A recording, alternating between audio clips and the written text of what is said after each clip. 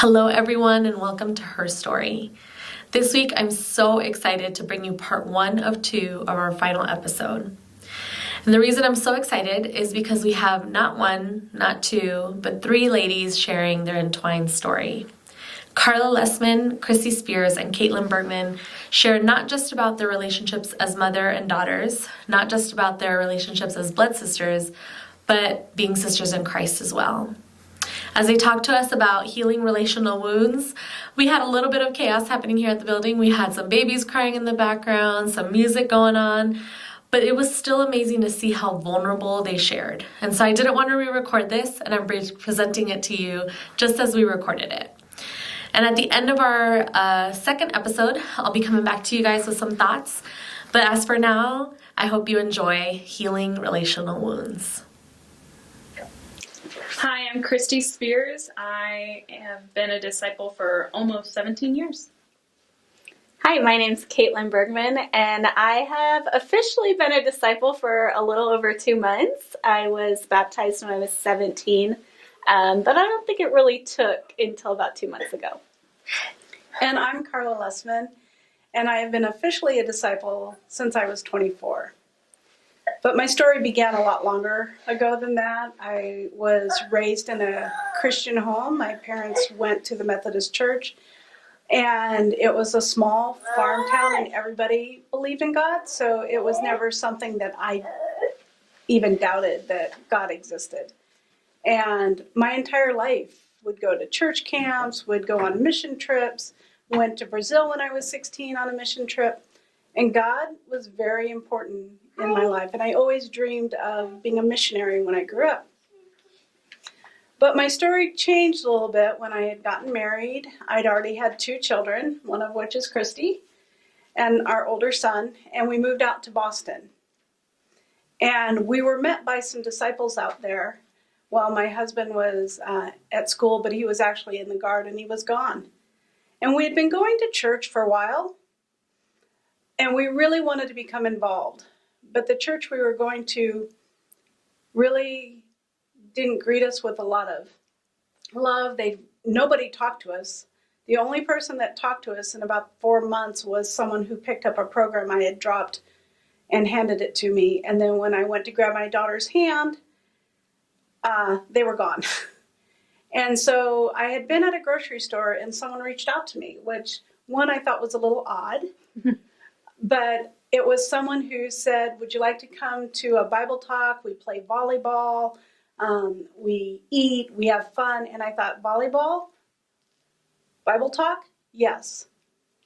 And so then when my husband came home, I told him about it. Well, he had heard about this church that maybe we wouldn't want to belong to, and this was the church. And my thought was, we know the Bible, and we have been wanting to have Christian relationships, and if there's anything that happens we don't like, we're leaving. And there really wasn't anything that we didn't like. They preached the word, they loved one another, they were open and honest, and I got to play volleyball. And it was fun. But then challenge came, and my husband became a Christian. He was baptized, but I became very defensive and prideful.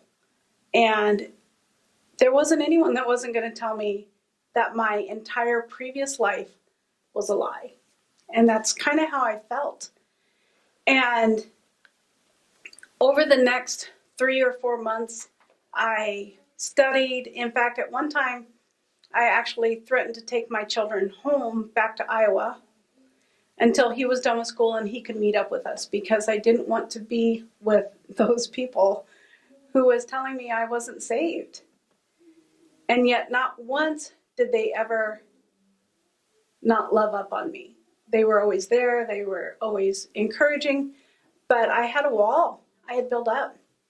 But my husband, being the man he was faithful and said, I love you, and these are the times I'm going to go to church, and I want you to come with me. And I love my husband, and I love that he was a man of conviction. And so I kept going. And so I studied the Bible and actually was baptized. But there was still a trust issue, and I hadn't been completely open. And I knew it. And within just a few days, I confessed to my husband everything and got baptized for a second time in my bathtub. But he told me I really should tell the people that had studied with me about my conversion and that I hadn't been open. Well, then pride set in, and I didn't quite do that. And we went on, and I kept doing all the things. I can say the right things, do the right things, go to the right places, but it still wasn't right. Jump ahead to 1997, almost 10 years later. And it got to a point where I couldn't live with the lie anymore. And the fact that I still couldn't be open with people was something that was really hard. And it got to a point that I had to confess and be open. And we played mind games, right? And so my mind game is I already knew how this conversation was going to go. And that once I confessed everything, my expected response was, how could you have been living with the favor of God's people for all this time and living a lie? And so it got to the point, it doesn't matter. If that's what they say, that's what they say. And I reached out to someone that I really trusted and just confessed everything. And then I'm bracing myself for the response. But the response is, that had to have been really hard to share. And I love you. And let's study and let's get this right. So in May of 1997, I got baptized the third time. But this was one that I knew in my heart was real and was right. And my regret was that I let pride stand in the way for so long. So I have had all of my children around the church the entire time. But I wasn't always the best disciple. And I've been working on that. So it's an ongoing process.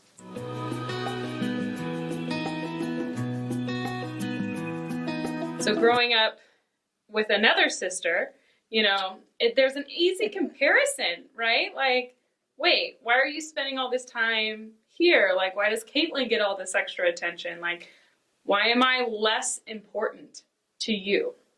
And I think that's a challenge, one, because Kaitlyn's the youngest, right? People always think the youngest kid gets the most attention. And which is true. There's truth to that. Now, growing up older, I'm like, have a child of my own. I'm like, the younger they are, the more attention they need, and so I obviously perceive some of those things a little differently, but, there were different things that there might have been a little too much attention and maybe not enough attention in some other areas that ended up basically just causing a bitter root over time and got to the point where I decided I don't want to live in this scenario anymore. If I don't get the attention that I feel like I deserve, then I'm leaving. And so I joined the military right after high school, and I was out of the environment where I felt like I had to fight for the attention. I was really young when my mom went through all of that. I was 6 years old and very much about myself at that point, and apparently didn't know about that whole scenario until just right now when you guys learned about it. So, which is interesting because I've gone through something similar. But I think I've always just perceived my mom as this very loving and classy lady. Just, very kind. Growing up, all my friends would always be like, I wish your mom was my mom. And I'm like, I don't know why, because I was a teenager and you don't want to hear that. But I always just felt really lucky. We had a really close relationship, and we still do.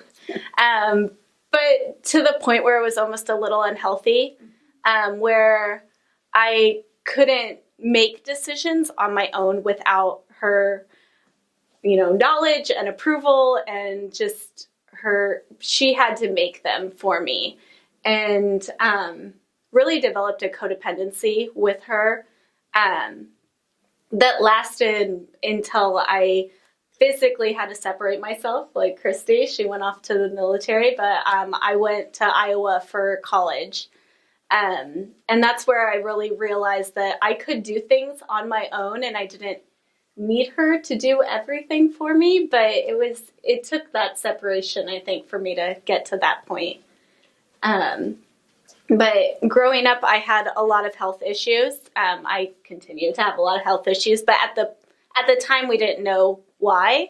And so I think because of that, we were together a lot because we were trying to solve these problems that really didn't have an answer. And I think that then it was very much perceived as maybe I was making it up. It was in my head. I was just trying to get attention. And some of it probably was that. But there definitely was some real challenges I was going through that I don't think any of us could have really understood at that time what that was really going to look like.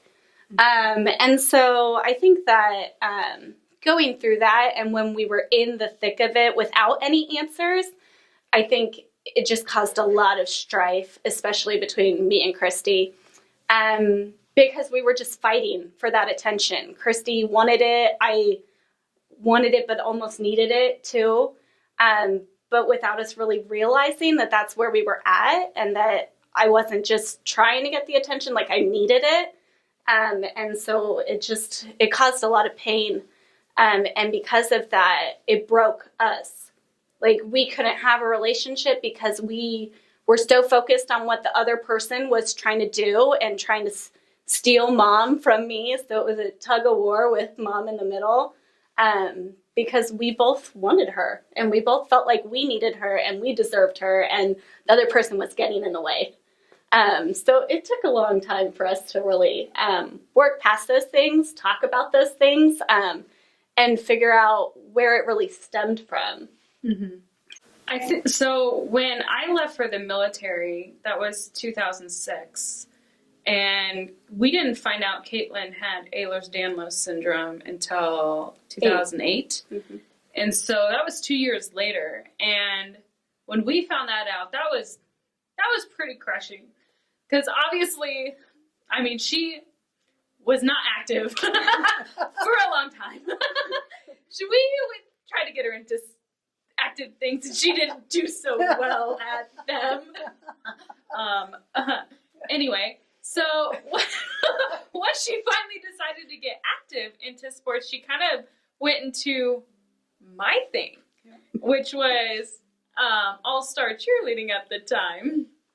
And so, with a lot of tumbling and stunting and things, and I did skills that were well beyond what Kaitlyn obviously was capable of. She had just started, and I had been doing it for a while, and Kaitlyn got hurt all the time. And I was like, my knee hurts. You're fine. Like, why are you being such a baby? And I was getting so mad because I felt like I deal with the same thing you are, but I'm dealing with it by myself. And here mom is like icing and rubbing your leg down. And I was just like, this chick. And, and so then, fast forward to through 2008 when I had separated myself, actually Kaitlyn and I's relationship got better when I had left. I think because the times that we would spend, when I would come home, it was not good. When Kaitlyn would come visit me, it was fine. But again, like Kaitlyn was talking about, it was the fight over mom's attention. And, I'm home for the first time in 6 months or whatnot, and mom's giving me attention, which was hard to handle when Kaitlyn got so much attention normally. So then to have that withdrawal of that attention, like she was talking about, some codependency issues, that causes a lot of fear and anxiety. And it usually comes out against the person who's stealing what you deem is yours. And that was me.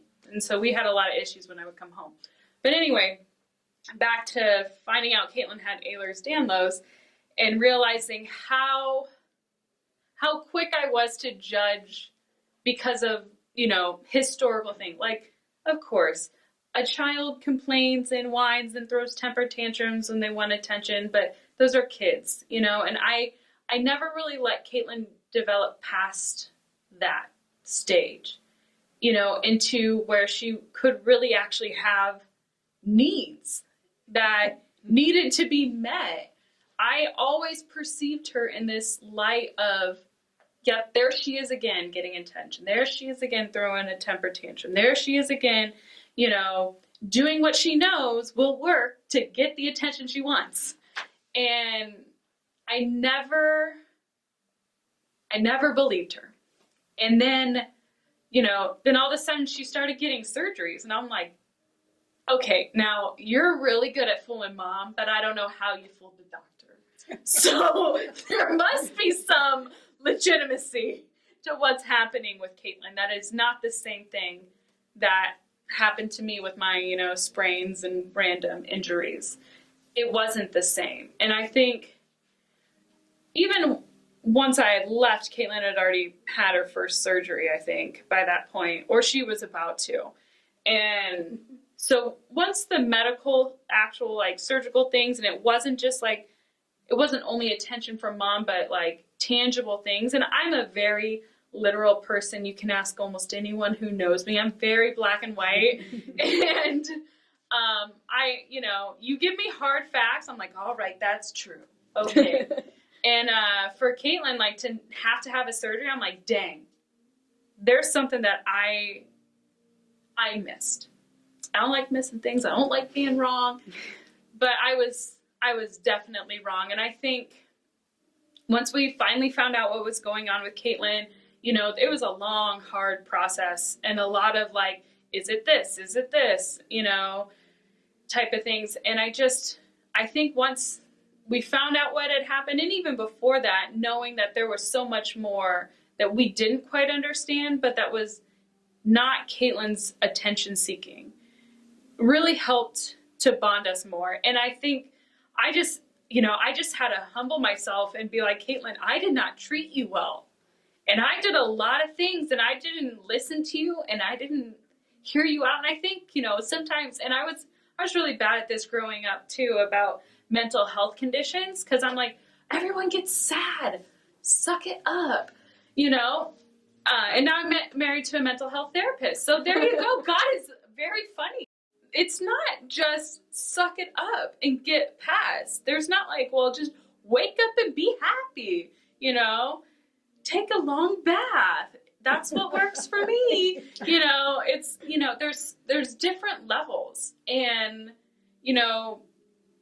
I that's a side tangent, but, I think it really helped me to see that just because I don't have a black and white or cold hard facts, that it doesn't mean what someone else is going through isn't real. And I think that really made a difference, one with my own relationship with God and with other people, and specifically, definitely with Kaitlyn. So for me, I know it was hard growing up and feeling very untrusted because I think that, like Kristi said, she needs that black and white. She got reinforced that I was just making it up by all the doctors I saw. I saw doctor after doctor who told me, it's in your head, that's not really happening to you. You didn't really dislocate something.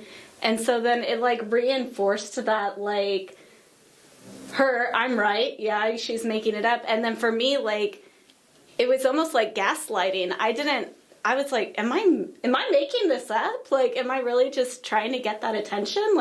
What is going on with me? Maybe I really am crazy. I don't know what's happening. And so then I think I continued that just fear of trusting people into all my other relationships where I couldn't open up to people. It took me a very, very long time to be open with my disease. And not because I was ashamed of it, because I was happy to finally have an answer, but because I was so fearful that people would not believe me, that they would treat me differently, that they would look at me as like a victim. But it hurt a lot of my relationships because I didn't want people to be in that part of my life. So I handled things with a lot of joking, and I still do that. But just tried to keep things light and away, like the attention away from that. And because of that, people didn't know where I was at. So even this last year, I got both of my knees replaced. When I told people that, they were like shocked that my health was that bad, that I would need that at 29 years old. But it was because I hid everything from everyone, because no one was going to accept me for those things, and they were just going to question me. And then I was just going to have to explain it, and they wouldn't believe me. And so it was really hard for me to finally open up to people and let them into that part of my life that almost felt dirty. It felt like it wasn't okay to be that way, because it took away from everybody else around me.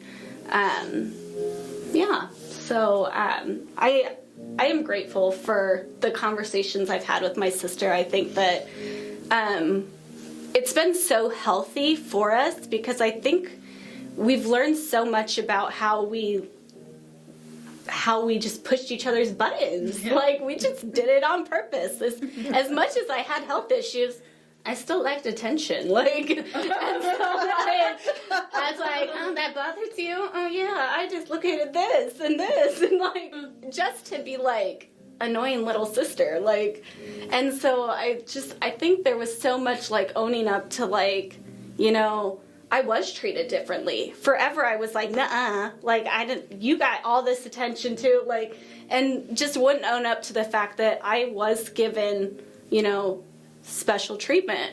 Whether or not that was deserved or not, or needed, it was the reality. And I, you know, pushed that gaslight right back on you and was like, you're crazy, I don't get special treatment. So, I never believed you anyway. She knew. You can't fool that.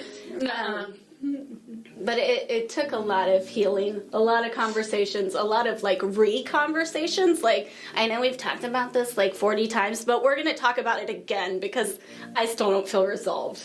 And those conversations still have to be had. Yep. Yeah. Even though we've had them. Because I just think that you think back to situations and you remember back to, oh, but I also felt this one way, so let's talk about it all over again. But it's so healing, and it's brought so much closeness in our relationships. And now I think, like, having children and being married, and it's just it's added so much to that, because I just think we understand each other on a whole different level now. Yeah, I couldn't agree with you more, Kaitlyn. I feel like one of the things you said really made me think of just like layers of healing. Like, you might peel off that first layer that definitely needed to be talked about and healed over, and then you're like, oh, I feel so good. And then all of a sudden, the other layer shows up, and you gotta, okay, so I have another layer we get to talk about, and work this one out too. It's gonna be good. I think that particular thing is one thing that I'm so grateful that we have Christ for. I feel like the fact that we're all disciples and we're all moving towards trying to be more and more Christ-like. We all live by the same standard, right? Like the Bible. Mm-hmm. And so whenever things come about and come up, and one of us, you know, is not acting like the standard we said we would, you know, live towards, you know, we're like, look, this is the standard.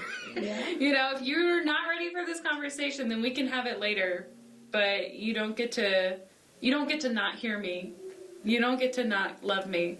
And I think that has made a huge difference in our life. I think there's been different times that none, like 1, 2, or 3, or all of us or whatnot, haven't necessarily been living like that's our standard. Right. Mm-hmm. At different times. And it is very evident during those times where our relationships were like nothing. Yeah. And they wouldn't have been a relationship. Anyone would have been like, oh yeah, I hope to have that relationship she has.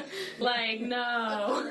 And so I think, you know, that even like looking back on some of those times, I really like you can see the devil's work, and you can see where we were not living in the light and in the love of Christ. And when we're there and when we're living that out and when we're being that, our relationship, no matter what comes about, we can talk it through. Mm-hmm. Yeah.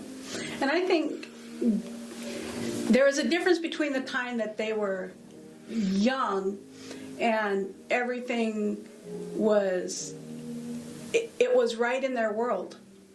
You know, we go to church. You know, growing up younger, they did better. Then they became like middle schoolers and stuff like that.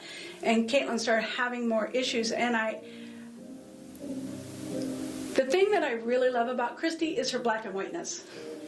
But it was also the thing that I recognized hurt the most, because all she saw was black and white. And I think that recognizing that, it was so hard because she couldn't see the things that I saw, and I couldn't share some of the things that would help her to understand. And then knowing that Kaitlyn needed more attention for these things, and then being caught in the middle and loving them more than you can even imagine, and not knowing how to meet each of their needs. And I grew up where there wasn't a lot of physical emotion. They didn't hug. They didn't, that just wasn't what I had growing up. And so I felt loved by accomplishments. I'm going to be the best at everything I can do, and I'm going to do this. And Kristi does a lot of that. And it wasn't until I was older that I saw that in me, or that in her, that's how I got my love, and that's how I got my attention. So I'm giving her this emotional support, and Kristi's strong and independent and someone I never had to worry about, which was me growing up. And I didn't see it. And I didn't see that she was doing what I did growing up, doing all the right things and trying to hold it together. And when I'm at work, she's keeping the house clean, and she's doing all these things Cooking. to grab my attention, and I missed it. And I think the grace that she showed me later is more than I deserve, but I'm so grateful that she hung in there with me, that she pushed through, that she had those tough conversations, because it's so easy to have just hidden it behind a wall and not pushed on and not have that resolution. And there are still times when I think she's peeling off layers, and we have these conversations. But we're in a place now, like you've talked about, where now they're disciples. And once I burst their bubble that I wasn't perfect, it was like, well, crap, she's not who I thought she was, and I'm not. I've never been perfect. But as a parent, you always wanted to be. You always wanted to treat them the same, and then you realize you just can't. But those conversations that we can have now are different. And when Kaitlyn brings up that she was telling me her side of a story of how she felt when she grew up, and I tried to correct that, and he goes, Mom, this isn't your story to tell. This is how I was feeling. I have to accept their reality of how they saw it and take ownership of what I needed to take ownership of, and let them feel what they needed to feel. And so I think it's great having daughters that are in their 30s that are disciples, and that are parents now, because there's a different perspective. And so it's helping, and there's always growth. There's always, that's not going to stop. Always room to grow.